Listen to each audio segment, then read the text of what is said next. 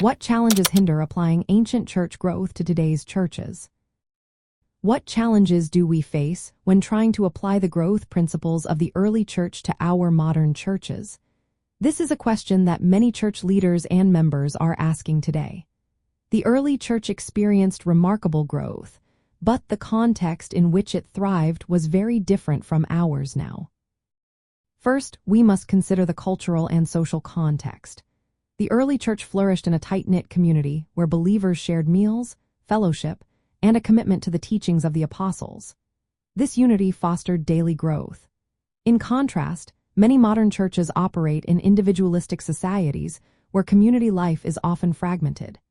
This shift makes it difficult to replicate the same level of devotion and shared identity that characterized the early church. Next, the evangelistic environment has changed significantly. The early church grew through natural relationships and cultural connections.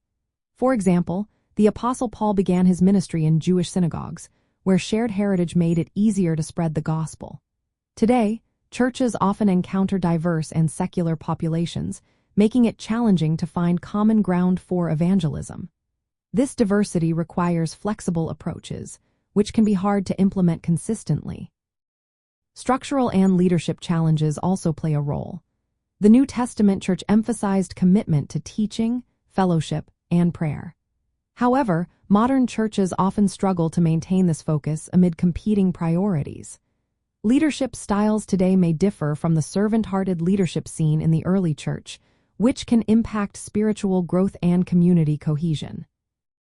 Additionally, spiritual dependency is vital for growth.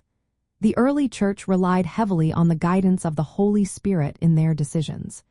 In today's churches, there can be pressure to prioritize organizational strategies over spiritual direction. This shift can hinder the church's ability to grow in a meaningful way. Finally, we must address issues related to membership and authenticity. In some modern churches, growth is measured by numbers that do not always reflect genuine spiritual transformation. The early church was marked by authentic conversions and deep devotion. In contrast, many contemporary churches face challenges with nominal membership, which can stall true growth. To navigate these challenges, modern churches can focus on building authentic community through consistent teaching, fellowship, and prayer. They can also evangelize through natural relationships and maintain flexible approaches that respond to cultural contexts.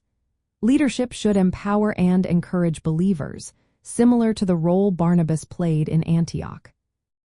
Above all, churches must prioritize their dependence on the Holy Spirit for guidance and growth, recognizing that true growth is ultimately God's work.